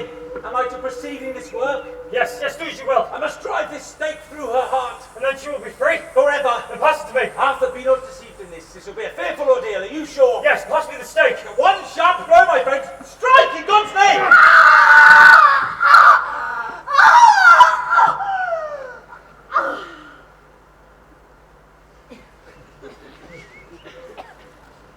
It is over. You are the bravest man. And now, my son, you may kiss her. Kiss her dead lips, if you wish. She is with the angels now. What a sad scene, James. Imagine having to put a stake in someone that you loved. I don't think I could do it. Yeah. So what plans are they going to make to defeat Dracula? Oh, here we are. 30th of September, Purfleet Asylum, Dr. Seward's rooms. My friends, we are gathered here. I sound like please. In all seriously, we are of one voice in which we state our intention, and that is to kill Count Dracula. Professor, can you tell us all you know of him so that we may discuss how to act and take our measure accordingly? Of course. At first, I was skeptic that such things existed as vampires, but in history it is written by too many men of sane minds, through ancient Greece, in old Rome, in Germany, and in France. So, what can he do? He can change his shape, become a wolf, the bat, dog. He can, within his range, direct the elements, the storm, the fog, and the thunder. He can control the meanest animals. He's not as others eat, and he makes no reflection in mirror, does he, Jonathan? He is a formidable foe. Truly. But, Professor, what are his weaknesses? His weaknesses. He may not enter anywhere unless he be invited. He can only change himself at exact sunrise and sunset. His powers cease at the coming of the day when he must return to live in his earth house, his coffin home. He can only pass running water at the slack or flood tide. But two, there are things that so afflict him he has no power at all. The garlic, which we know, the holy water, the crucifix, and the wafer. So the situation is not hopeless. No situation is ever hopeless, my friend, and this is no exception. So, Professor, where shall we find him? When the sun is high in his box of earth. And where is his box of earth? Jonathan, you'll be having news for us now. Well, as you all know, I've just travelled to Whitby to make such inquiries that we needed answers to. We knew that the boxes had indeed come ashore there. I met with Mr. Billington, the solicitor dealing with the delivery. He told me, I saw the invoice as well, 50 boxes of common earth to be used for experimental purposes. He told me that the strange entry of the ship during the storm had already made its way into local legend. The boxes were then transported to the railway station and taken to King's Cross. So I followed their journey and spoke with the station master there. He confirmed that 50 boxes indeed arrived and were immediately retrieved and transported by some employees of Carter Patterson's central office to, and I quote, the chapel at Carfax. Carfax? I was lucky enough to speak with one of the employees who informed me that this here house and chapel, Governor, was the wrongest that I ever seen. So, in conclusion, all 50 boxes that arrived on the Demeter should now be at Carfax. Jonathan, my new friend, you are the best detective in England. And now, Miss Lucy, let Jonathan be escorting back to your room. Arthur and I have some investigation of our own. To Carfax, my friend. I have the holy water. We must pray that we will rendezvous with 50 boxes of earth. For if this is so, we'll have no place left to hide.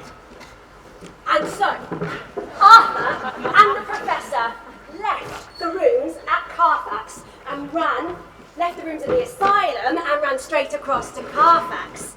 They stormed into the chapel, and with not a thought for their own safety, but with one rampant, crystal-minded thought, they searched each box, blessing all with the holy water.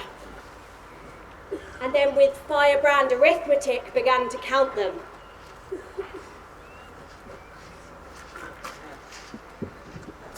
25. You? 24. Damn, one missing. I knew it.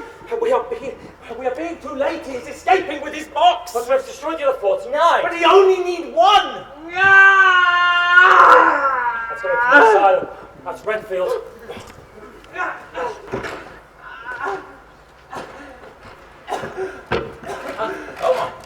My God! Renfield, what happened? Be careful, Arthur, his back is badly damaged. Renfield, you have to speak. Arthur! My God, the skull is fractured. The injury travels right up through the motor area. He must speak. His words may be worth many lives. Renfield, are you able to hear me? I had a terrible dream. What is wrong with my face? Tell us your dream, Mr. Renfield. Brandy, Arthur. No, not a dream, was it? Not a dream. I'm dying, am I not, Doctor? I cannot tell yet. Then I must say things now before. Brandy again, please. So much pain. I tried to warn you. Let me go, I begged. I was in despair, for I knew he would come. Well, if you can. He must. I tried. He came to the window in the mist. I've seen him many times. This time not solid though. Like a ghost. Eyes fierce, red mouth laughing, dogs howling behind him. He wanted to come in, but I would not let him. My God, my God. Then he began promising me things. He makes things happen when he promises. Like the rats. And the flies. There were these big, fat ones with steel and sapphire on their wings. And he promised me many animals and dogs to then eat them. So I let him in. You're doing very well. A little more if you can. Then he raised the mist by moving his hands. And I could see thousands of rats' eyes like his, only smaller. And he said, all these lives I will give you, and a great many more, if you will fall down and worship me. And I knew I wasn't mad. But I used the power of a madman to attack him. I did well too, till I saw his eyes. He raised me up and flung me down. And there was a noise like thunder. Everything red. And then he stole away, as mist, under the door. Renfield, you have been very brave. One more thing. You must fly to Mrs. Harker. You know, she is alone. Madam Mina, of course, a distraction. Am I mad now, Doctor? No, the same as I. Here we are, we're at Mina's bedroom. Oh, Mina, that's me. Excuse me, ladies and gentlemen. And so, we ran from Brenfield's rooms and left him with the attendants to deal with his brave but broken and lifeless body, and dashed like a meteor's path in the sky to Mina. If you want to whisper to me, there is no need for words. Words are merely a diversion.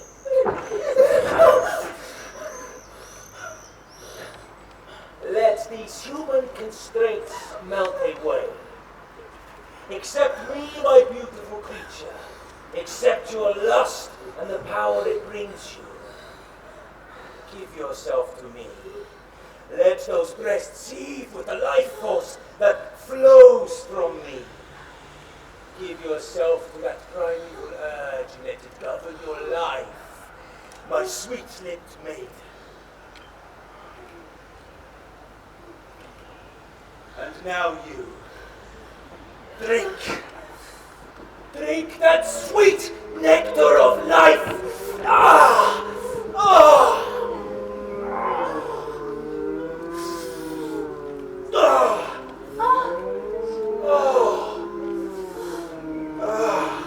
And now I am inside you. I can almost always reach you.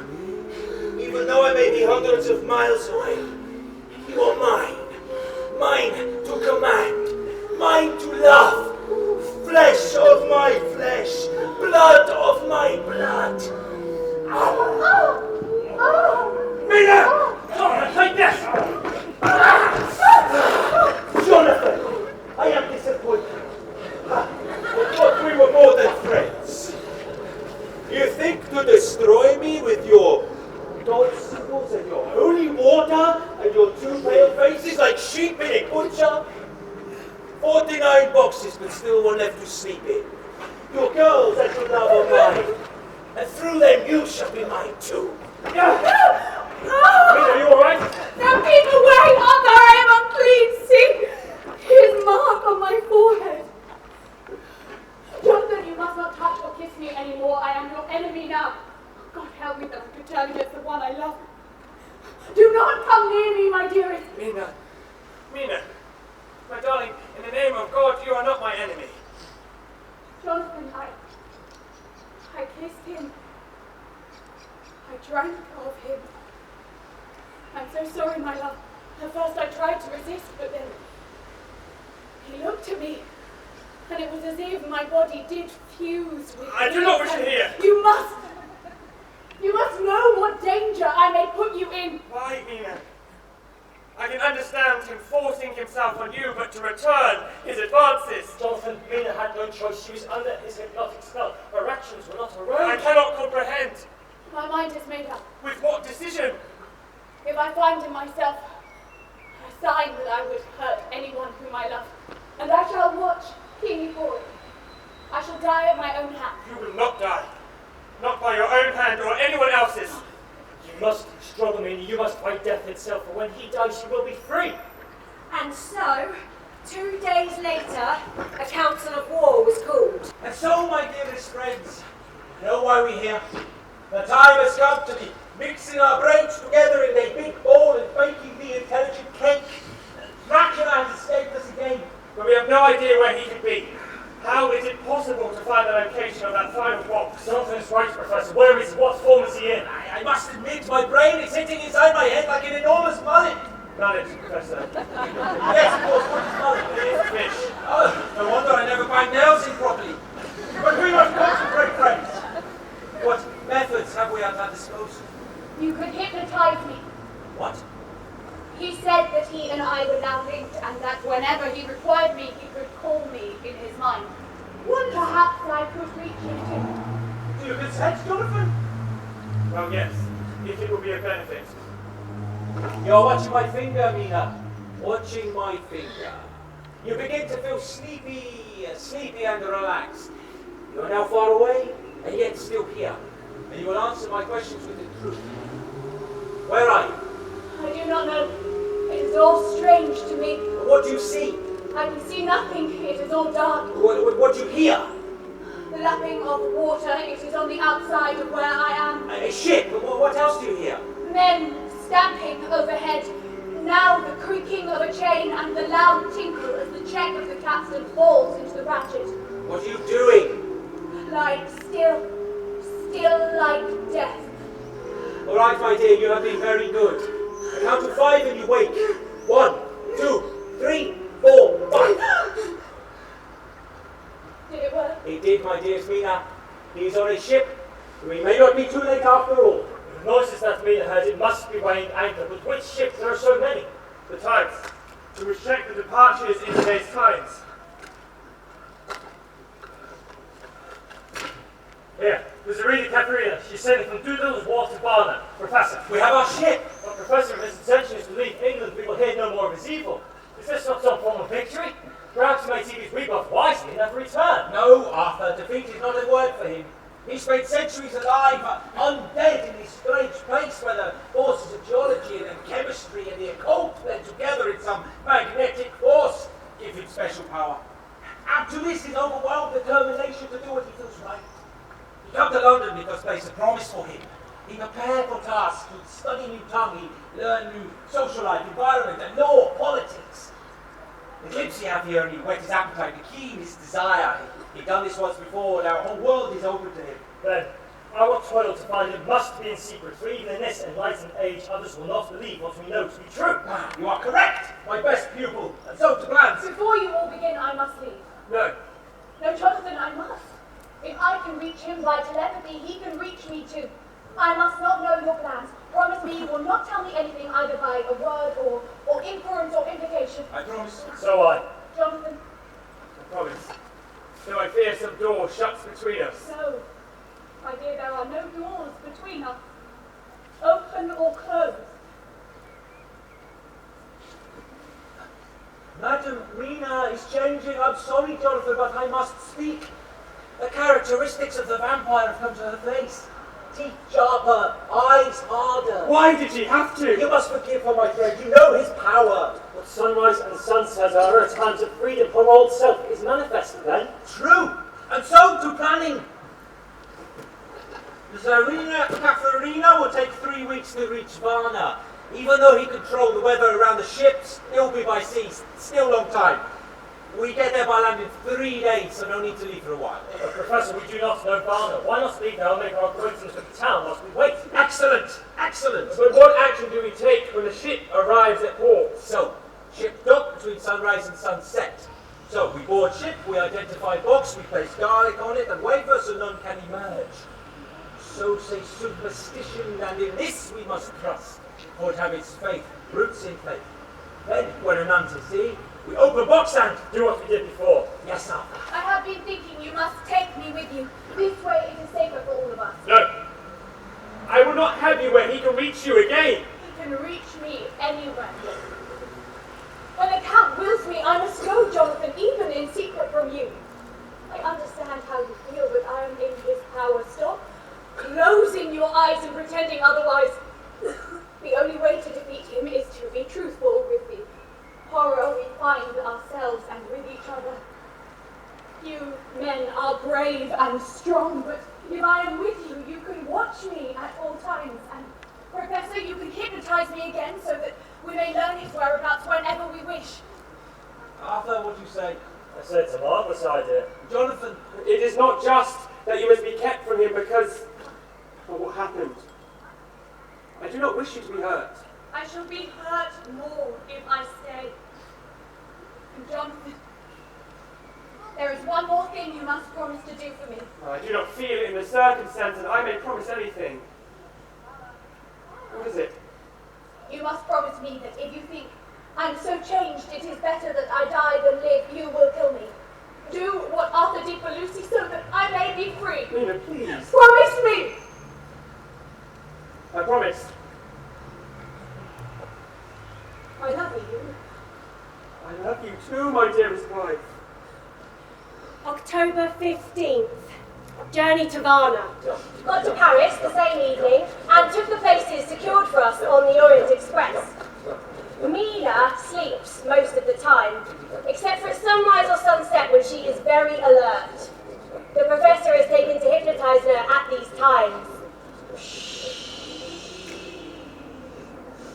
I see water lapping, waves rushing. The wind is high, I can hear it in the sails, and the boat throws back the boat. It is evident that the Tsarina Katerina is still at sea. Tomorrow we shall arrange with the Vice Consul to board it once it docks. October 16th, waiting. October 17th, everything fixed now for us to welcome the Count on his return. October 24th, a whole week and no word, no report of the ship from London or Varna. Mina's hypnoses still recount waves and rushing water. We now fear that something has gone horribly awry. October 27th, a telegram. The Tsarina Katerina reported entering Galatz at 1 o'clock today.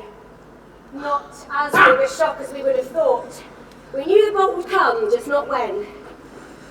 His child brain is growing. He's so cunning. We must to Glasgow now. When is train? Jonathan, let you and I go to the train station and find out. A good idea, Madam Mina. Book tickets. Are you sure that you are strong enough, Mina? Yes, there's some change in me this morning, some shift. I feel freer than I have done of late. We will see you shortly.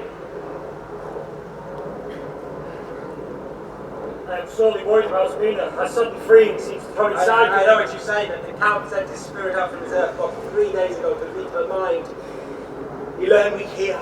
You go to Galatz, it's simple. We don't need her right now. He think he outwit us. He has outwitted us. Temporarily out of the witting. You said just now he has a child's brain. Yes, lying entombed for centuries, therefore his brain is at the moment young. It grow not in stature, therefore act like a child. I want, very selfish. We have man brains, it's the whole situation, not just own point of view. This is written on the train from Varna to Galatz. It cannot go fast enough for our mission. The professor has hypnotised Mina again. It is dark. There is a steady swirl of water. Water still? No waves. Men's voices talking in strange tongues. Creaking of the oars in the rowlocks. I am level with the water. There are cattle far away and... Yes, my dear. The howling of wolves. October 30th. We arrived at our hotel rooms in Galatz, and I set about some detective work. Firstly, I sent a telegram to the agents of the London firm of Hapgood. They took us aboard the Katerina, where we met the captain, who informed us that he was mystified as he'd never had so favourable a run. He told us that the unusual box was collected on behalf of the Count Dracula by a man named Hildenstein, and furnished us with his address. Our next stop was Bergenstrasse 16, where Mr. Hildenstein told us that he had handed the box on to a Petrov Skinsky, who had announced himself as the agent of the Count. He had no idea of the box's whereabouts since then. Oh, but he did have one final fact to impart. Skinsky had, later that day, been found dead in the churchyard with his throat ripped out. So, he is intended to get back to his castle, but for the most time he cannot leave his box. How he gets there? Has to be brought back by someone, people who he will trust. Hildenstein mentioned that Skinsky was in touch with the band of Zagani. Then Zagani it must be to help him. So, we have three choices of travel. You make it sound like a holiday, Arthur. For Dracula it has been. Roads, endless difficulties here. People will be curious, customs will be curious. What about rail? No one would be curious if the box were locked in a carriage on its own. Yes, but it may be delayed on the track, and delay would be fatal, and of course there is no one there to guard this box. He would be alone. So, water, then? I think so. It's the safest way for him to travel, away from prying eyes, and Mina's sightings of him have stated that he is on water, not an ocean, but a river. Doctor and genius! Ha! Jonathan Mack, we need know which river he is using. Well, there are two rivers that the Zagani would have sent. The Pruth, just here, and the Serif, here. The Pruth is more easily navigated, but the Serif is joined over the Biswitzer and Fundu. See, look, It runs up the Borgo Pass and basically straight past Castle Dracula. With what wonderful people I am working! You are the brain cells of an army. So do people mind now if I am the general? Professor, I cannot imagine you only being a private. Yes, too much mouth for a private. So, I have a plan. But, my dear friends, the lives of all of us, and especially our dearest Mina, and the lives of so many to come, rely on the actions we carry out now. So, we'll be forming up two groups. Jonathan, Arthur, Mina, and myself. Arthur, Jonathan, you take the steam. Wait, Catch him, it'll be faster than the Sigani boat. Follow him until you catch him. Arthur, you know the rest. If you do not catch him before he make land, Mina and I will bring by roads travelling to the heart of the enemy's country. We will take the dirt track you took, Jonathan, and so reach the castle. No! Not for the world! It is a den of hellish infamy! The very moonlight alive with grisly shapes, every speck of dust that swirls, and the fetid wind a monster, an embryo! My friend, Madam Mina has the insight into his mind. If he escape us this time, he may choose to sleep the next century, and he will take Madam Mina with him, and then she'll be lost to us forever. The professor is right, my darling. Yes, I suppose so. Take your guns, take your holy water and your crucifixes, take your resolve and your utmost bravery. So now we must part, my dearest friends, for some battlefield of evil, but with no location yet established. Goodbye, Professor. And thank you for everything. Yes, thank you, dear Professor. Without you to lead us, there would be no hope. Ever so much, User, the world's store of luck to you both. We have come so far, let us not fail now. Goodbye, Arthur. No, not goodbye, that is too final. We shall see you in a few days. Jonathan, if you doubt whether we can win, think of our lives together.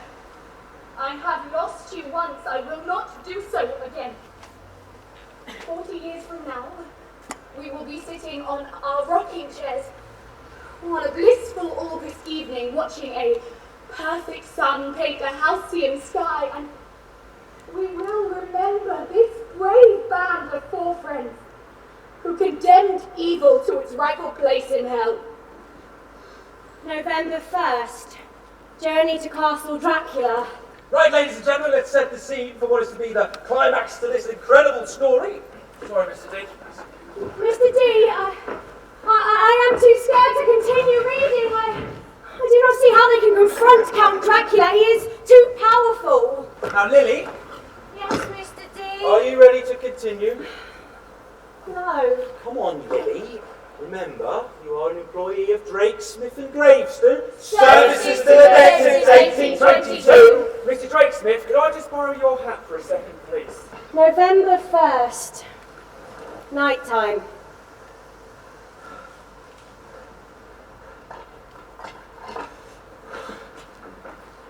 I am writing this in the light of the launch's furnace. We are steaming up the Sereth and will soon be at the junction with the Biswitzer. It's good progress indeed. I am on watch. It is really my turn to sleep, but I cannot. We require a Romanian flag so that we may seem inconspicuous when we take to the Biswitzer. It is bitterly cold, and my thoughts are not with my own safety, but with Mina's. I may be tired, but I have found the strength and energy of a horse. Even this bitter wind fails to chill my courage. Professor Van Helsing is driving the coach, though I have now learned and can let him take some rest. We are lucky as the people here are brave and hospitable. We get soup and coffee wherever we go. The countryside is beautiful here in the spur of the Carpathians. The professor has said we will reach the Borgo Pass by morning, and I hope that we do, for it is bitterly cold, and the snow threatens its descent from this heavy sky. God bless Jonathan and Arthur. November 4th, daytime. Come, Jonathan, I've controlled the horse. Trust ready, man. He's safe for his path. There will need to be. This accident to the steamer has set us back by a day at least. But we are now on the right track. How do you know? Our horse ranger told me that barely 4 hours previous, a band of Sigani passed through his set. A curious large wooden box which they guarded as if it were full of gold. Oh, I have not finished.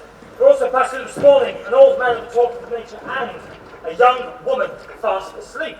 to bring the news of angels, my friend. Come, to the horses. Let us ride so the winds may be left in our wake. Madam Nina, you must eat. I cannot. I do not need to. The only sustenance I need is to see this vast rock and the hideous castle atop it, which my dear husband so bravely escaped from. But my dear, views will not sustain your body, and you've yet to be eating for 3 days now. You must not fret. Will you not come near the fire? I cannot. Look, Professor. The snow is swirling like some cosmic circle, ever changing its shape, almost like some sculpture of purity.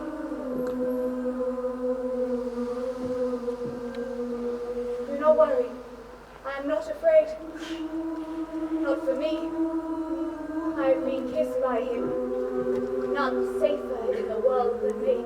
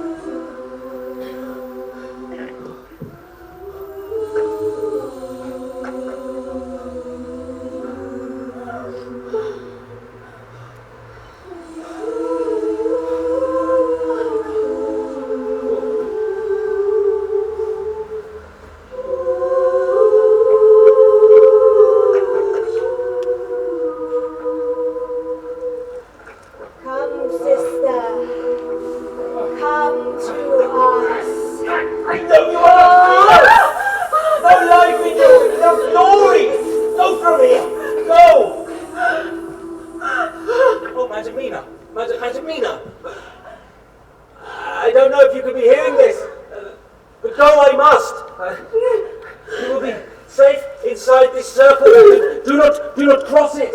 I have to slay the brides of Dracula before it is too late!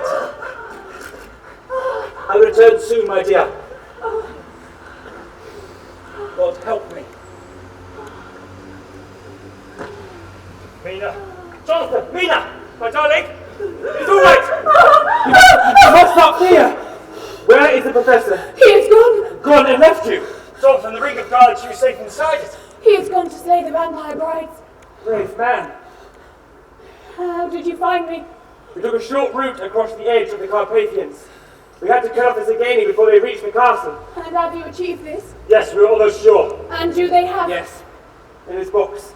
Then what is our plan? Our plan is to leave you here where you are safe. No, Jonathan. But... Our plan is for all three of us to hide out here until such time as they pass, and then... And then we surround them. Give me one of your guns. No!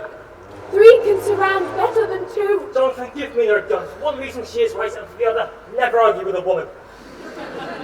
My dear Arthur, you will make someone the perfect husband one day. I hope so. And so we wait. Hopefully not too long. Why? The sun's beginning to set. Look! Jonathan! Arthur! Behind you! Arthur! Stop him! Put down your knives! We're no use to you! Do as he says. We have no wish to injure you, but we will shoot if necessary. Move back to the box! Quicker!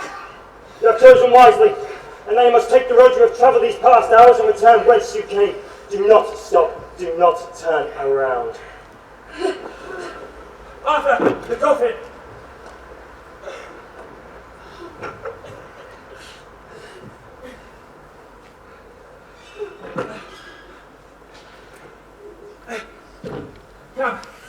Come with the lid. Be careful, my brave ones. Be ready for him. Jonathan, Arthur, the sun! What of it? It has fallen below the horizon!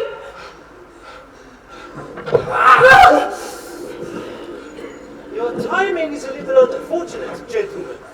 And your child's toy weapons may frighten the Zagani, but would barely scratch my ego. Even should the flurry of bullets outnumber the flakes of snow that fall on this oh-so beautiful evening. I see your professor has deserted you. He is dealing with his vile women at your castle. They will be sorely disappointed with your descriptions of such austere flattery. It does not matter. They're all expendable. And that is all the consideration you have for the lives of other human beings. He is not human! Indeed. No, unfortunately, Doctor, you aren't. Arthur! Come, let Jonathan help you up, Arthur! Mina. Arthur! Mina, he's gone. No! No! Is life so unimportant to you that you would crush it without a thought? It is irrelevant. To you, maybe. But you have no right to consider yourself as God. Oh, what an interesting comparison. Now come, my dearest Mina. It is time for you to join me forever. No, you shall not have her. Did you really think you could outwit me with your guns and your boy posturing, Jonathan? You may be surprised to hear this, but I never meant any harm to come to you. And you consider that attacking my wife would not be the cause of any harm? I did say to you. What you do to her, you do to me. Spare me this, my paucity. Spare me this, I will make her immortal. You will make her undead. What difference? You people have no conception of love, of passion, and of the joining of souls. Your emotional connections are through pieces of paper, not through the drinking of another's blood. You are stunted. You are not alive. You are a monster. Vocabulary merely underlines the paucity in your mentality. Mina, come here. Come to me, Mina. Let us continue our liaison where we left it. Mina, no. He will kill you. That is one thing I would never do. Mina, please, my darling. Now, Mina, come to me, and we will be together for an eternity. Mina, you must not. Think about Lucy, about Arthur, about us. We have our whole lives. You said it yourself. Kiss me as an acceptance of our marriage. And now I kiss you, and we are betrothed forever.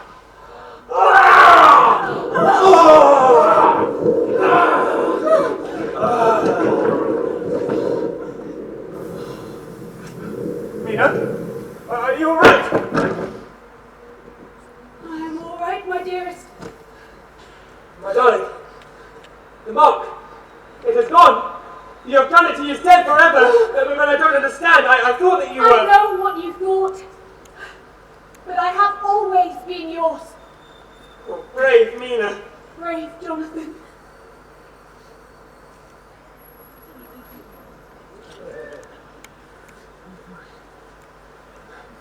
And brave Arthur. Brave Arthur. My love, he is with Lucy now. It is 7 years to the day since, after several months of hell, Mina drove the stake into Dracula's heart and ended his evil reign.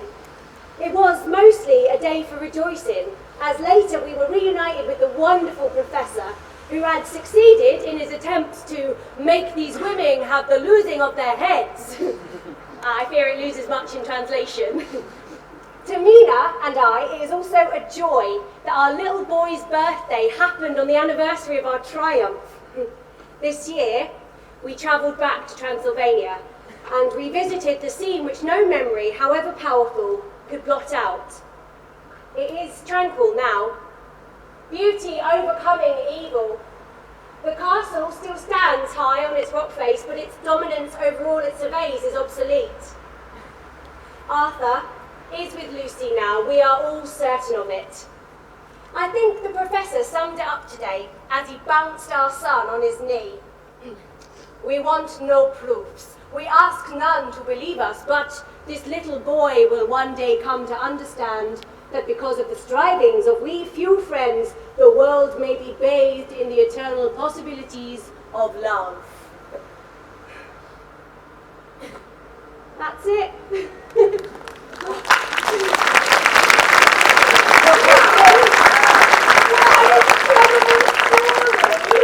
What did you think, Stephen? I'm speechless. Well, that's a first.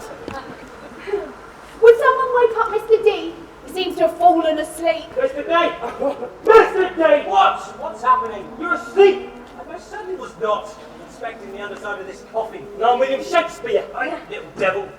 What an incredible story. And now we know the legend was true. Mr. Harker really was a hero. You know, I'm really proud to be part of this. I'm glad you feel that way, Stephen. You're a good lad, really. And I've got a crucifix, Mr. D. I think he's not it, mate. Right, cheeky so-and-so. Ladies and gentlemen, when we're finished by singing Jerusalem. Please be upstanding and join us in our hymn.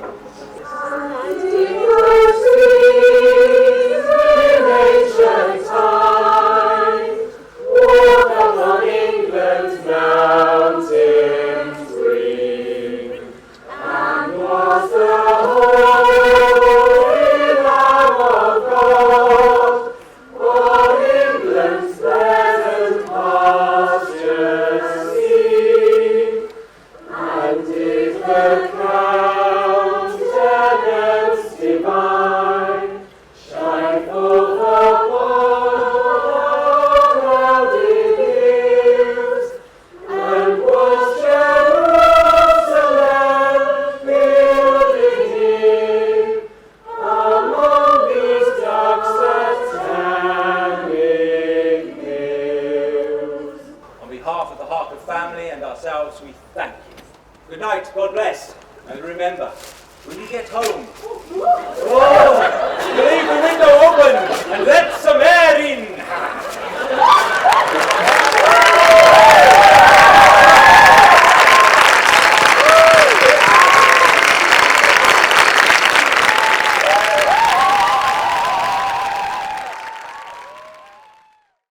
We hope you enjoyed the show, and we look forward to seeing you at some point in 2021. And of course, if you can afford to support our work, then the link to the GoFundMe page is in the description below or above. Have fun and stay safe until the next show. Thank you.